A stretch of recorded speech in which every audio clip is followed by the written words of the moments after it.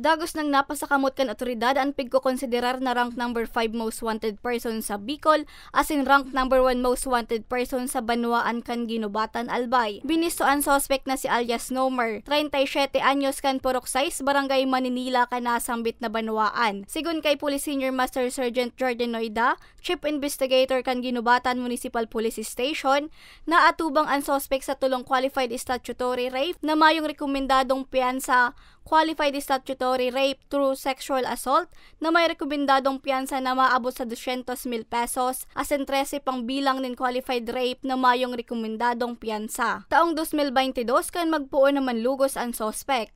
Kung saan naman siya nagtiba kapag sa iya sa mga kaya ba na nito sa pag-aresto.